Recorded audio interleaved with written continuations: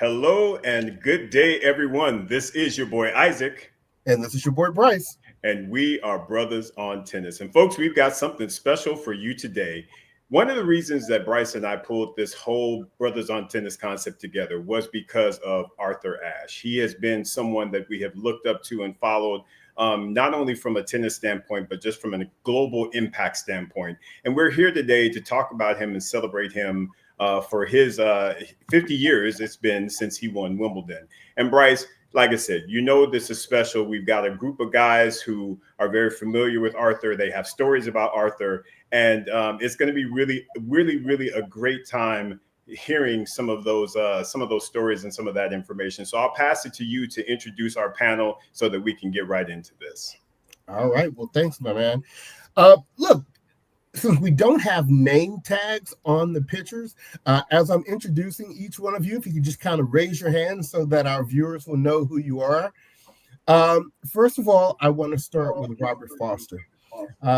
Robert is the president of the American Tennis Association, better known as the ATA.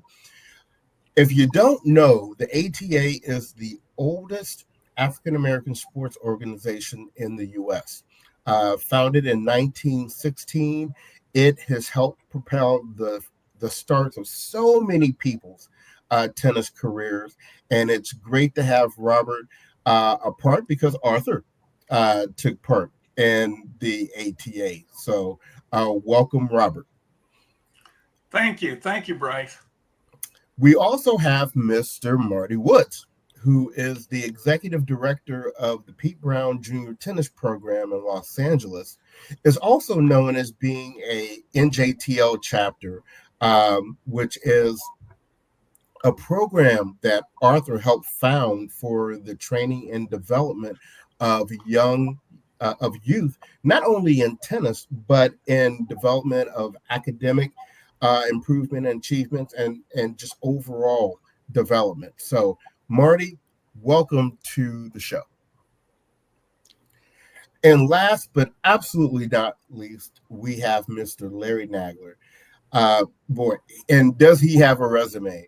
Not only as a collegiate player in both basketball and tennis at UCLA, he did win the NCAA singles and doubles title in 1960. For the purpose of this conversation, well, let's add one more thing about his collegiate career. You know, he was a three-time first-team ITA All-American. He is the only person to be a three-time Pac-10 champion in tennis. But for the purpose of this conversation, he was not only a doubles partner to Arthur Ashe, he was not only an attorney for Arthur Ashe, but he was also a dear friend of Arthur Ashe's. So we welcome you, Larry, to the show as well. Well, thank you so much. Great to be here. Great to have you. Great having all of you guys. Larry, you want to definitely get started with you. I mean, again, you played with Arthur. You beat Arthur 4-0. 5-0 because he tried to get you back on the court and you said, no, we're not having any of that, which I absolutely respect.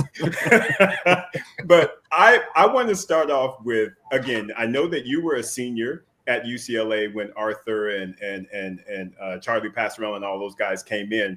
What was that? I just want to understand, what was that first meeting like? When these freshmen come in, you see Arthur Ashe. Again, you don't see very many men of color playing this game. He comes in as a freshman. Talk to us just about the experience in meeting him and just give us some dialogue on that, if you would. Well, of course, first of all, you know, Arthur's reputation preceded him. Everybody knew that here was a guy that was going to be a really fine player, and he chose UCLA. And at that particular time, UCLA was either the number one college tennis team in the country, or if not number one, it was right up there. And we had won the NC2As in 60 and 61. And then in 63, Arthur joined. No, actually 62, excuse me. And so, you know, we were supposed hotshots. That is, Alan Fox and myself, and our team was very, very powerful team. And we had basically beaten all the other collegiate teams in the country. But these two young guys come out, Charlie from Puerto Rico and Arthur from back in Virginia. And, we look at them and they look at us, and they're figuring out who are we, and we're trying to figure out who are they. So sooner or later, JD, who was the coach and became the athletic director, started to pair us up. And so, he would intermix the matches for practice. So you can imagine the type of practice that we would have every day when you're playing with perhaps 3 or 4 or 5 of the top 10 collegiate tennis players in the United States. And there was at that particular time, freshmen were not allowed to play on the varsity. So the freshman team had its own matches and the varsity team had its own matches. But for practice, when there were no matches going on, we were hammering against each other's heads, Yeah. And we were starting to see who these guys were and what they were all about. And tennis is a very, very tight-knit world. Everybody knows everybody. So it didn't take very long for the old guys to get very close to the young guys. And we started playing tournaments together. And it was very interesting. At that particular time, if my memory serves me correctly, Walt Hazard came to UCLA also. And Walt was from Philadelphia. And he came up to my fraternity house, and I was playing basketball at UCLA, not really well, but enough to make the team. And we would go one-on-one in the hoop in the backyard, and I was thinking to myself, I'm not so sure that this is a sport for me here, that what he's doing to me, this guy. And Art and Walt became very, very close friends, and we saw each other back east at the tennis tournaments. I mean, that's a long-winded way of telling you how we met and how the beginning, how it began. Let's just say that.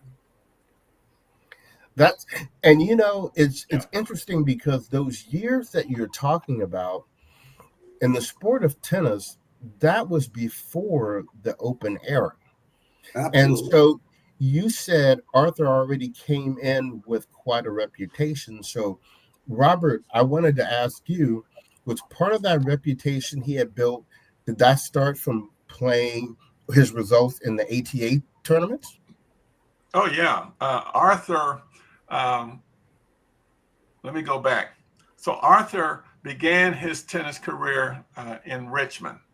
And there was a guy by the name of Ron Cherry who brought him to the attention of Dr. Whirlwind Johnson and of Dr. Eaton. Now, Dr. Johnson is the founder and developer of the American Tennis Association Junior Development Program. And he did this at his own house in Richmond. Dr. Johnson had a medical facility in Lynchburg. And so he built a tennis court right next to his house. And he not only trained Arthur, Thea Gibson, Bob and Billy Davis. There are a lot of folks. And then there's of course, there's a lot of other professionals who have gone through it. Like, for example, Leslie Allen, who is going to be out next weekend at, Pete Brown's tennis academy.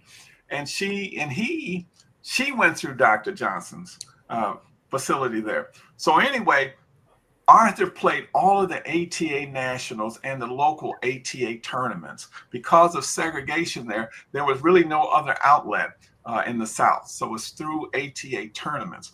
Now, Arthur ended up going to Dick Hudlin in St. Louis. So this is where Dr. Johnson says, basically, I've taken you as far as I can.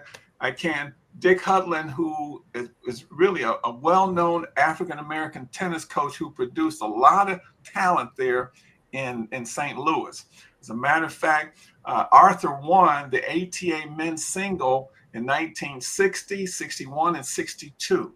Now, I don't really know how JD became aware of Arthur, but at that time, Arthur was really in Dick Hudlin's program in St. Louis.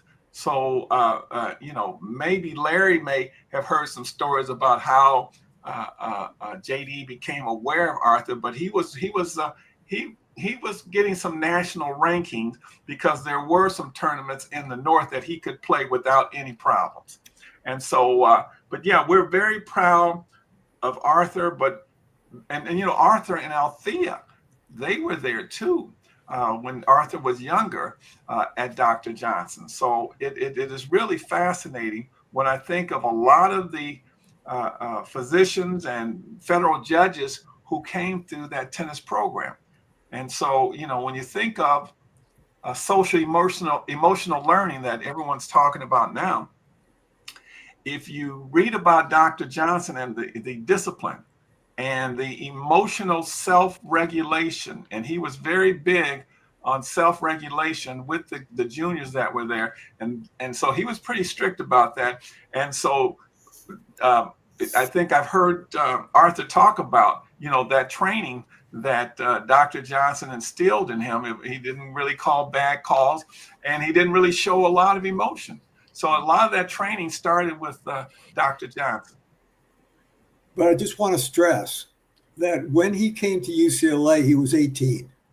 Mm-hmm. And at 18, you could make your mark in the tennis world. And he had enough wins against enough good players that everybody understood this was a guy to be reckoned with. And so JD obviously knew about him because JD was basically the coach of the number 1, 2, or 3, university in the country. And Charlie and Arthur were the number 1 and number 2 juniors in the United States. And they were coming to the best school they could go to become the best tennis players they could become. So they knew of him real well. And I knew of him real well. And I can't say to you how I first heard his name or anything like that, but it was well known. Gotcha. He was not an unknown when he showed up at UCLA. Gotcha. And Robert, tying it back to ATA, he goes off to UCLA to play collegiate tennis. Did he maintain, and which I assumed he did, some level of communication contact with ATA, man? Did he still do anything or act in any? Yeah, go ahead, please expand. Oh yeah, Arthur is a life member to this day of the American Tennis Association. Arthur was very big on helping the organization financially, and he had even offered to make Richmond and help build a facility to make Richmond the home of the ATA. Unfortunately, at that time, the ATA it would travel around the country annually, the national, so that it would be able to get people to come and have a good time who couldn't afford to travel. And so there was a debate on having one location for the ATA Nationals, and Arthur didn't win that argument. But Arthur, and many of our nationals, Arthur would still show up, and that's how committed Arthur was. I mean, and when you go to Richmond, I was just in Richmond last year at the the Black Tennis Hall of Fame. And I went down Monument Avenue and I saw this big statue of Arthur there. So he is really beloved in his hometown of Richmond. The one thing I will say, that there is a campaign at Woodland Cemetery to try and help beautify the cemetery where he and his mom are buried there. And they have it gated off, the area where he and his mom is. But Arthur was very dedicated to supporting the ATA and urban community tennis. That's the one thing he was really big on, was trying to grow the game outside of the country clubs and some of the places that kids just couldn't afford to play the game. And so, you figure he and Charlie Passarell and a few others, they were involved in reaching out to the urban center. So yeah, Arthur, the ATA is more like a family, and we're proud to say Arthur is still a life member. So Larry, my question to you is, and I believe you said you were a senior when Arthur came in as a freshman? I was a senior. Okay, so did you two play together at all? At Well, what? what happened was after my senior year, Mm-hmm. JD came up to me and said, "How would you like to be Arthur's doubles partner on the circuit during the summer?" I said, "I'd love it." So we became doubles partners when he was going to be a sophomore and I was starting law school. So what would happen was I would go to law school, and then during the summer, I would just travel around the world and play the tournaments. And I played with Arthur. So we started playing at that time. We played for basically close to 2 years. And I think the first year was like full time for us, played all the tournaments everywhere. And then there was less, I was less available, but we still played when I was a second year law student. So that's how it began. And we had success right away. I mean, we went back east and we won one of the big grass court tournaments almost right off the bat. And we got to very far in the national grass court doubles championships. And, Bud Collins knew about us. He was sniffing around and everything, trying to understand more about Arthur and talk to me and talk to Arthur as much as he could. And Arthur was a very self-reserved guy at that time. And he always was. I mean, he was very, very soft-spoken through his entire life, basically. And the things he did quietly were just so ridiculously great that it's hard to imagine. I mean, there's one famous story where Jesse Jackson came up to him and said, "Arthur, we really would like you to speak out more. And, you're just laying back here." And he said, "Jesse," he says, "I'm not you." He said, "I'm going to do it my way. You do it your way, and we'll see how it goes." So that's the way he was. And I'm curious, Larry. I want to actually dig a little bit deeper. I want to get into some of the weeds here. So you played a lot of doubles tournaments together. I am just very curious.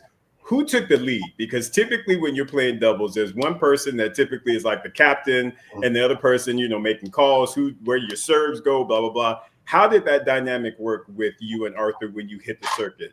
Were you the lead? Was he the lead? Did you both co-lead? Talk to us about that. I'll tell you how it went. When I played the deuce side when I won the NC2A doubles championship with Alan Fox, and Arthur played the ad side. So it was natural for him to play the ad side and for me to play the deuce side. And I was like the senior. So and Arthur was very, very soft-spoken. I mean, he wasn't one to push anything, really. He did his talking with his racket. And so I would have to say there was no, quote, leader, except to the extent that you might say because I was older, I had a little bit more authority, if you will. But doubles in tennis is a type of game that if you're not acting like a team in every respect, you can't be good. You can't be good.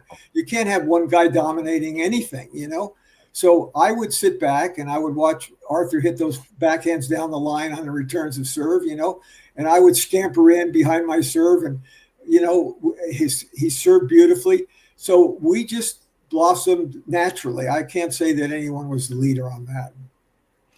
And just kind of piggybacking on that, so the dates or the years that you're talking about are still prior to the Open era, which I believe started in 1968. Yeah. So when you're out playing these tournaments, did you guys experience any kind of challenges or discrimination or whatever because it was a very different type of scenario at that time?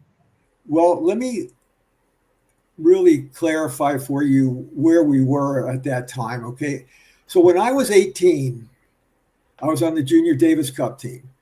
And there was a small group of guys that they were trying to see if they could, develop. And we went down and we played in the South. And sure enough, for the first time, I see these signs, colored only, white only. And I couldn't believe it. Yeah, but when Arthur started to develop, he became like a mini celebrity. Everybody wanted to see him play. Everybody wanted to look at him under pressure. Everybody wanted to see what he could do.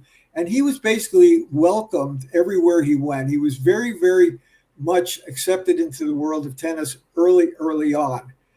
I myself had, some incidents because I was Jewish, and I would stay at these very fancy country clubs at the homes of these people, and they would make these remarks. And I'm really angry with myself because I kept my mouth shut, so much. But I never experienced Arthur being directly derogated, where he was like a celebrity and everybody wanted to understand him and meet him and to know about him. So he came in very much welcomed, and everybody understood that, we had to have black athletes come play this game. It was ridiculous that we didn't. And so he was going to be the man. And he and I would discuss these types of things all the time.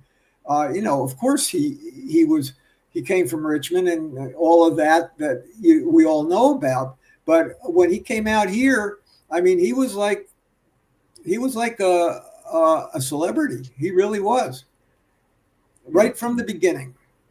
And I'm curious, and I'm going to throw this one over to Robert. Robert, did you get that sense as well, or have you heard stories about Arthur and his celebrity, if you will, when he was kind of coming up and really making himself, making a splash or making himself known to others? Did you sense any of that, or have you heard any stories in that regard, similar to Larry? Yeah, I mean, I graduated from high school in 1972, and prior to that, tennis was not a thing in the Black community. If you were playing tennis, you weren't looked upon with favor. But when Arthur won the first U.S. Open in 1968, then it kind of changed the perspective of a lot of us baseball and football players. And not only that, the ladies like tennis.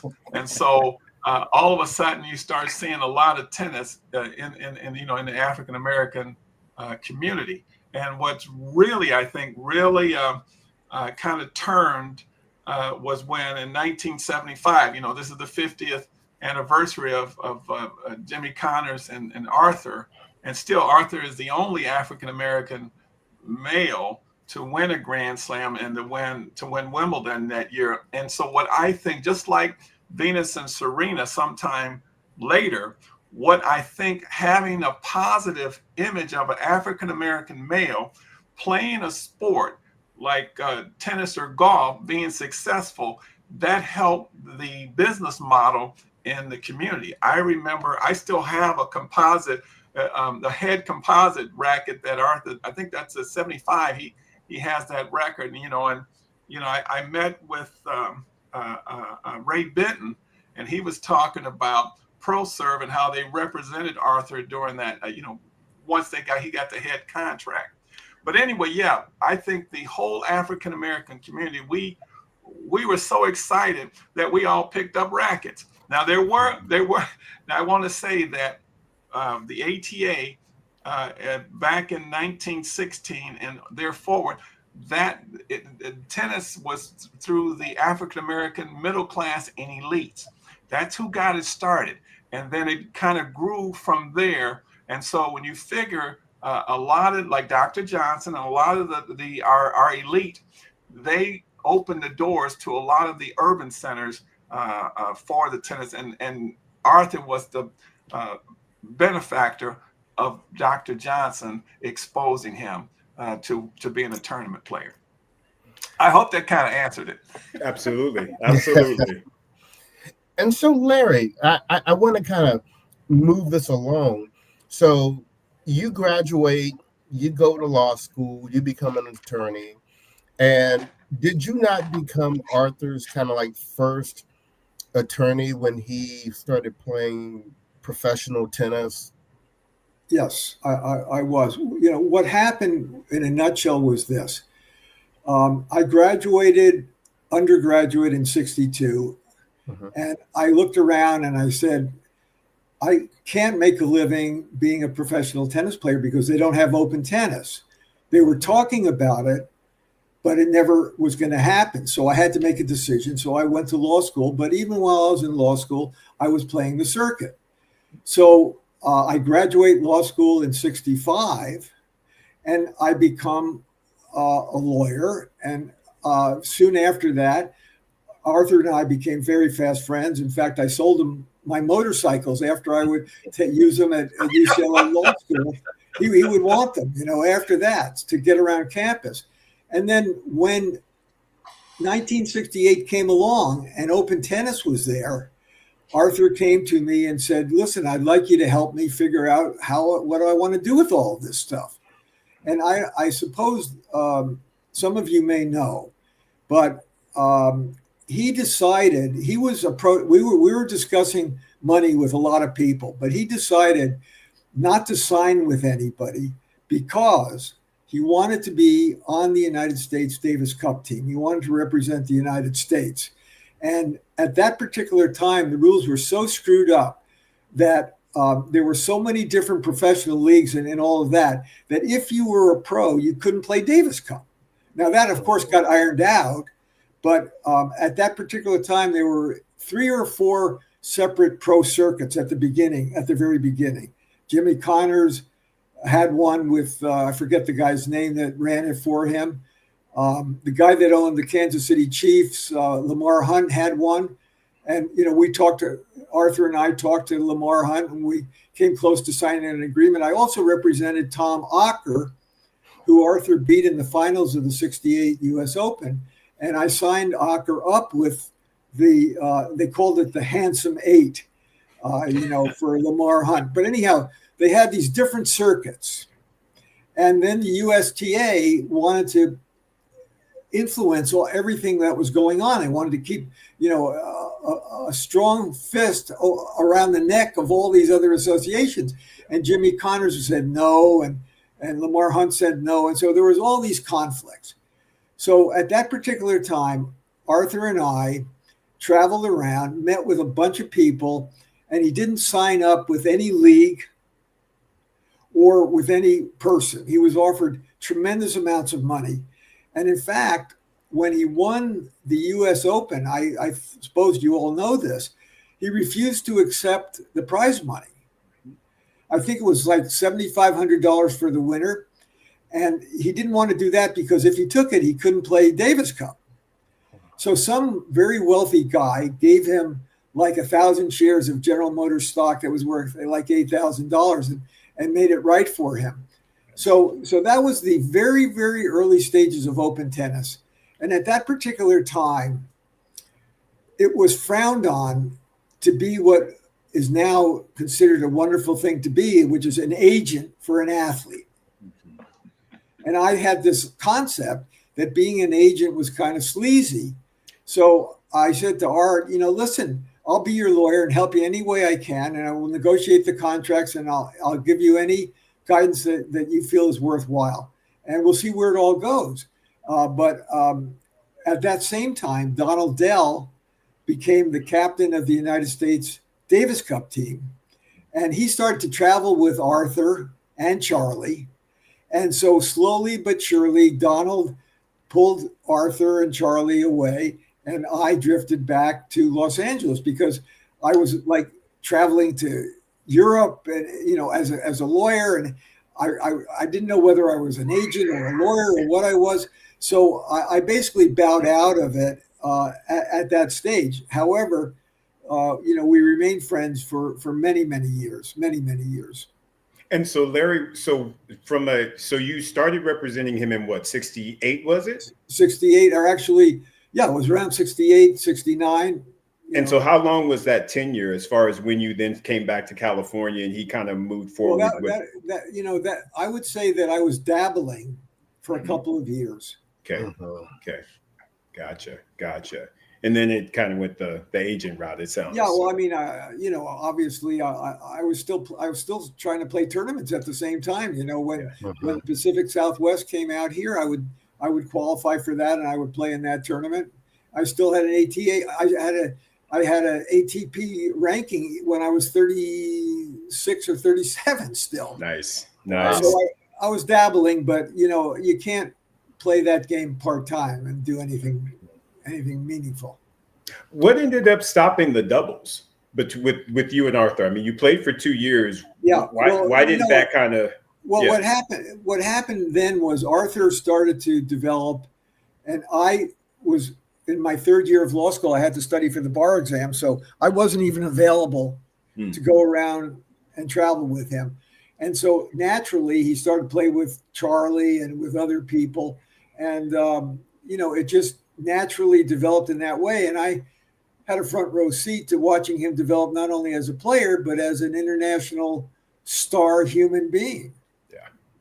And we spoke about those types of things also when we'd see each other, which was from time to time. And so, Larry, what did you see in Arthur that made him very different in terms of what you were seeing off the court? Well, Arthur was an amazing man. First of all, he was very, very intelligent, and he did not force his opinion on anybody. What he wanted to do was listen and understand and ask questions and all of that. And he was very, very self-possessed and self-contained. And he was trying to figure out, what can I do to make the world a better place for the Black athletes and the tennis players?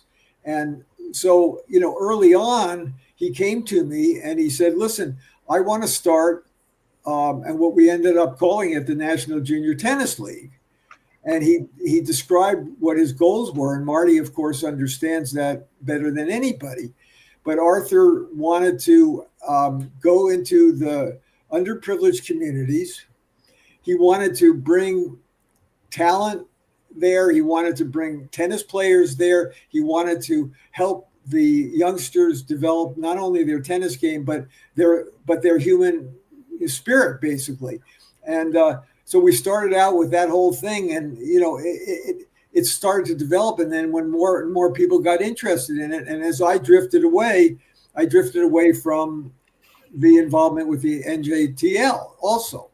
But it was always a very, very important contribution that Arthur made to society. And basically what was amazing to me was sitting back and watching Arthur make decisions about how he was going to handle civil rights issues, seeing him march in Washington and get arrested, and seeing him go to South Africa and talking to him about that.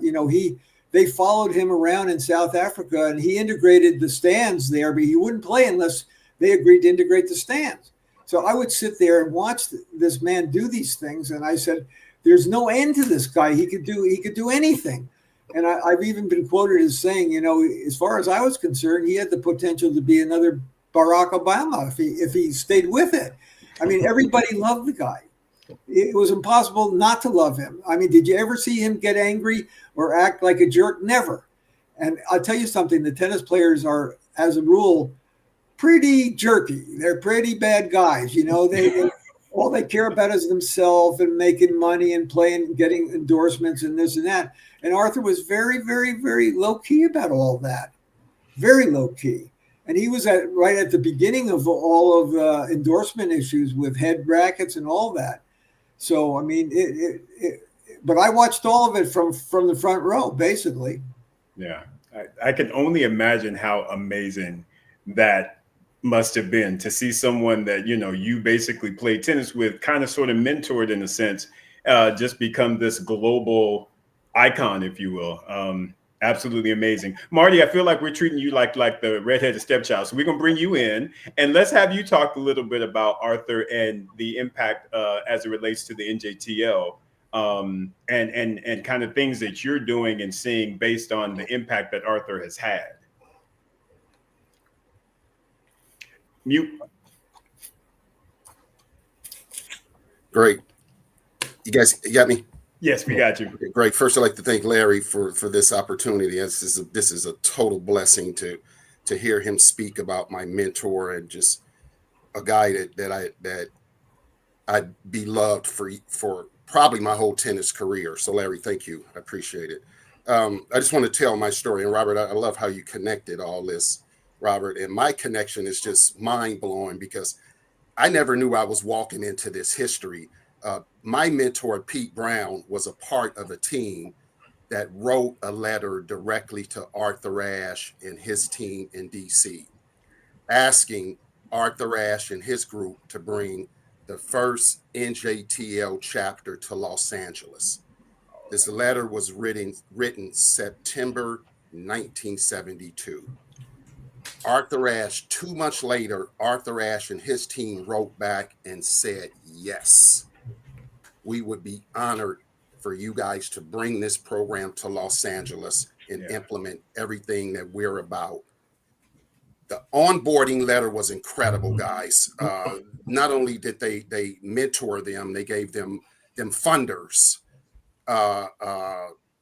opportunities to help with equipment and everything. Just basically opened everything up to that program. That summer, me and my family were walking to the tennis courts, and Pete Brown and that organization grabbed us off out of a tough neighborhood and asked us would we like to be a part of the first NJTL program. So I was inducted into the first NJTL program in the summer of 1973.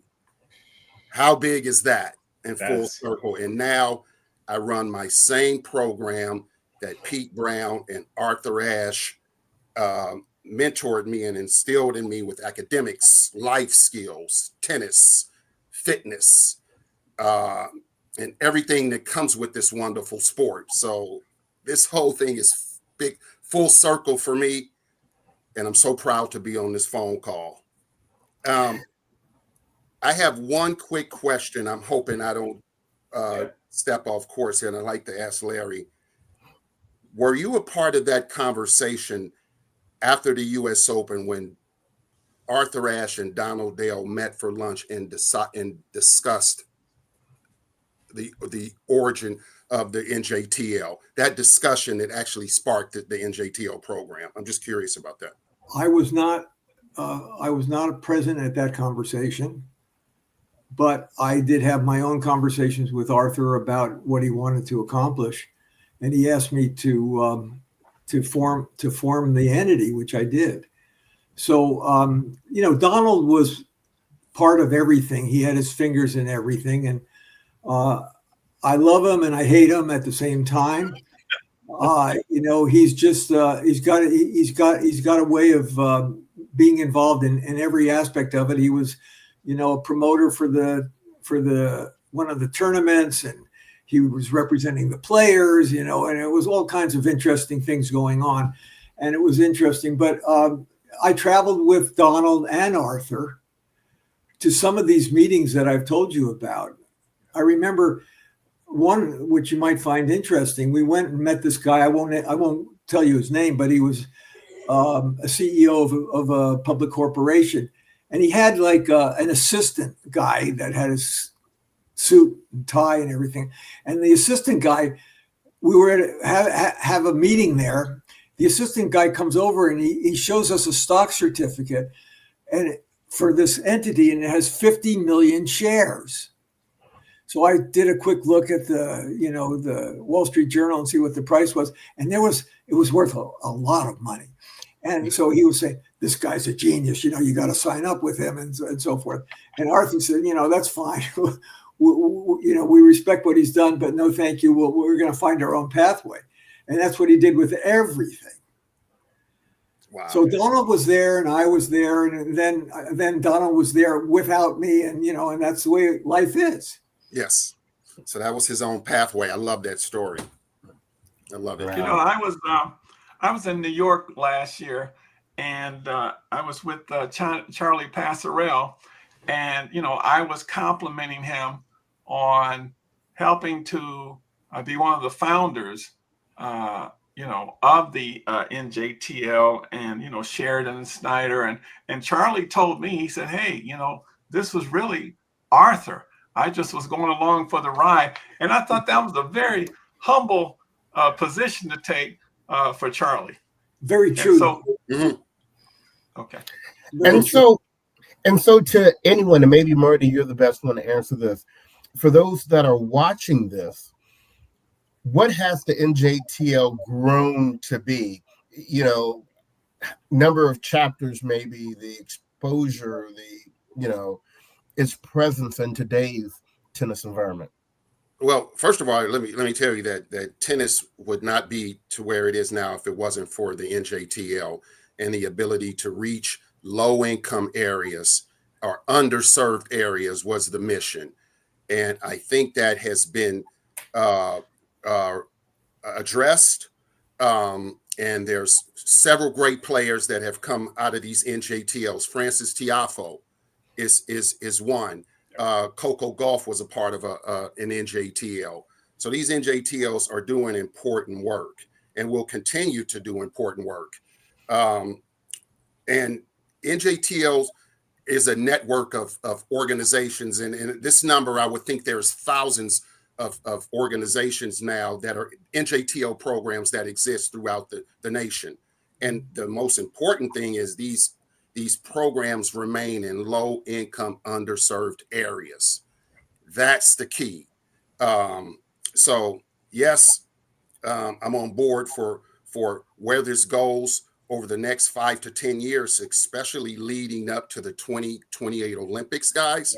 Yeah. I mean, if the NJTLs and Larry, and I'm hoping Robert, we can all help that they can be on the forefront of this at the forefront of these Olympics, just to let folks know how important Arthur Ashe's contribution was to tennis and what it meant to Black tennis would be a big stage. So. Absolutely. Robert, I kind of want to throw something your way because, again, we're talking about the NJTL. It's Arthur's baby. He gets it started. How did that align with ATA and the objectives that they were doing at that point in time? So you see this NJTL, it's being formulated in California. You've got the ATA that's already kind of, doing its thing. Did Arthur reach out to the ATA? Was there any level of collaboration, alignment? I'm just curious as to how those two organizations, if at all, started working together. There was no formal alignment with the ATA. Actually, Arthur and Nick Bolletariat had the Ashe Bolletariat program in New Jersey. And from there, I think it just kind of moved on to public parks, and Arthur was able to get funding for this program. I think this was really Arthur's own brain trust. The ATA, we are supportive on a global stages of expanding the tennis game. But when you look at the ATA, it is not as much a racial organization as it is a cultural expansion.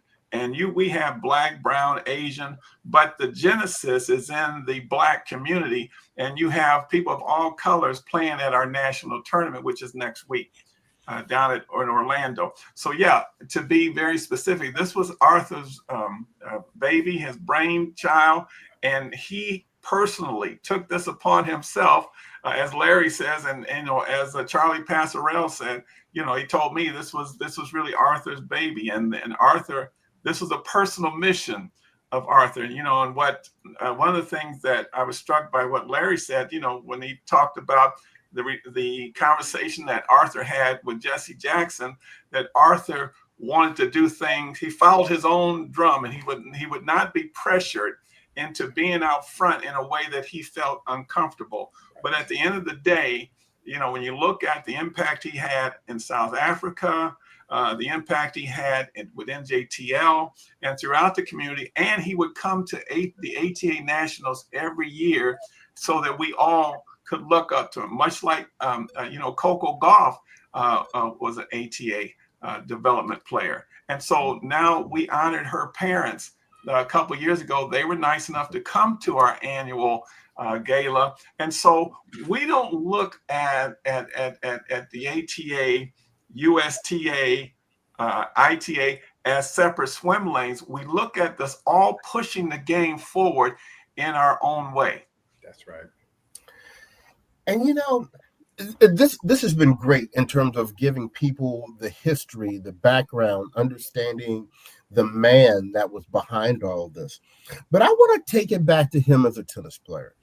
And what we're celebrating right now is the 50th anniversary of his Wimbledon win.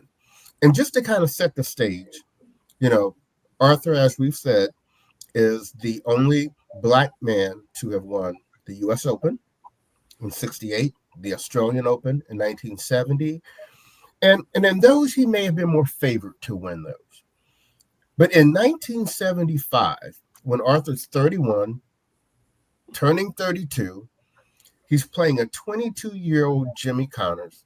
He's going into Wimbledon. He is not the favorite to win this match. But this match has become known as one of the most iconic tennis matches in the history of the sport for a variety of different reasons. Larry, I want to start with you. What do you remember about that particular match? Okay. Well, I think you put it really well when you said that he was a decided underdog. I think that Connors had beaten him a couple of times at least before that match. And I think the story is well known, but the night before, Dell and Charlie Passerell and Arthur went out to have dinner, and they developed a strategy to deal with Connors in a way that was very unusual, particularly given Arthur's game. Arthur struck the ball pretty firmly most of the time, but he decided that what he was going to basically do is he was going to semi-chip the returns to get it really low and slow. So Connors couldn't just use your pace and basically bounce off your pace, and he had to develop his own pace. And on the grass, the match point's a perfect example of it. He served him wide to his backhand. He's got the two-handed backhand. And by the time Connors reached the ball, he was maybe 25 feet outside the doubles line, right? And Arthur just tapped the ball to the other side. But Connors had a lot of trouble with that, I'll call it the soft game that Arthur threw at him that day, which was completely contrary to his game. When I played him, it was wham bam, and he was gonna show me how it was really done. And but he was that smart that he realized that if he didn't change this game, he was a loser. I mean, I could give you other examples in today's world. I'll be very, very brief, but there was this match between Sinner and Alcaraz that was probably about 2 years ago. And Alcaraz was coming up and he was trying to match Sinner blow for blow with ground stroke against ground stroke. And he was getting chewed apart. And so Alcaraz, of his own, started to figure out, he started to loop the ball. He started to slice the ball. He started to chip the ball. And all of a sudden, Sinner didn't have that power, that counterpunch that he could make off of a flat. And he ended up winning that match. Well, I think that Arthur did exactly that in his match with Jimmy Connors, and it was a thing of beauty to see. Robert, do you remember that match? Oh, yeah. I remember watching it on CBS. It might have been tape delayed, but I remember that match, and I was thinking, wow, look at this brother. He's doing this. And the thing I didn't really appreciate till I started playing tennis, and Larry will attest to this, that tennis is really about problem solving. And this tactic that he used now is a famous situation where I'm sure it's like a case study for some of the coaches to give their students. And Larry, it's great that we have you on here today because you personally played with him and you understood how his mentality and how he went about learning and developing into a great problem solver on the court. Yeah, I mean, he had to learn. I mean, Djokovic is another good example, but Arthur had to learn to change his game, the game that he came in with, which was slash this and slash that and whack this and whack that. And he saw that only will take you so far. And the thing about tennis that's so interesting is that player A may match up with player B in a great way, and B will beat C and C will beat A. And they can't seem to unwind that. So the question is, how do you solve that problem, right? And Arthur beating Jimmy Connors in 75 was like a prime example of that. I mean, I don't think you could have a better example. And what it really showed was his intellect. That's what it really shows. And Marty, of course, did you see that match? Of course, guys. And actually, I was at my mentor Pete Brown's house. He had a watch party, and we were in his den watching it. And I remember watching every single point, every minute, every commercial. I don't even think I went to the restroom at any time, because I was so fascinated in that match, and it was so overwhelming to watch it. And I think what stood out to me was the tactics also. And I don't know if you guys remember, Arthur served and volleyed on his first and second serve several times in that match to Connors. That really, and so the tactics were big for me, and just him winning that was huge to our whole community. We celebrated for months, so it was big, and I remember every point. And the final thing I want to add to this, and maybe Larry, you're the right one to talk about it. What blew my mind about that match wasn't at the time Jimmy Connors in a lawsuit against Arthur Ashe? Absolutely. It sued Arthur, and they were in a lawsuit together. And Jimmy, bless his heart, dismissed it after the match. What were you gonna say? I don't think match was about to come out of your mouth. Yeah, I mean, he was the guy that he was working with was Bill Reardon, who had his mini circuit at the time, and I didn't recall until you mentioned that he was 22 at the time that Arthur beat him in 75, but Connors was beating everybody. And it wasn't pretty. He was just taking everybody apart. But at this time, he got flummoxed, and he was unable to solve the problem. Call him Sabalenka at Roland Garros this year. Sorry. Anyway, side note. Larry, I'm curious, and this is so off the subject, but I just really want to ask this question. So you're married. You invite Arthur over for a meal. You treat him to some bagels, lox, and cream cheese. Did Arthur by chance introduce you to any cuisine, any Southern cuisine? Did he introduce you to anything from his side, if you will? You know, he did not. He did not. I really enjoyed sitting down with him and BSing about the world, and so we spent our time doing that. You know. Maybe drinking a cup of coffee and having lox and bagels and all that. But still, we would talk about what was going on. And he was always looking for a way to make things better, particularly for the underserved community. And I mean, that was his position from day one, really. And, you know, he had to be a model citizen because everybody was putting him under a microscope. He made no mistakes, none. He was beloved. And, you know, as we have honored and celebrated, you know, this huge achievement he made 50 years ago, we're coming to the end of our time here. What I'd like to do is to go down the line here and get, what are your final thoughts on Arthur Ashe, his legacy, and, you know, what he has represented to the game and to people in general? And Marty, we'll start with you. Sure, I can make mine quick, guys. I just wanted to say thank you to Arthur Ashe. Arthur Ashe opened a door that I was able to walk through at a tough time in my life when I needed a father figure, a mentor, a coach, an academic advisor, all of that. My mentor, Pete Brown, was basically mentored by Arthur Ashe. So I really appreciate that.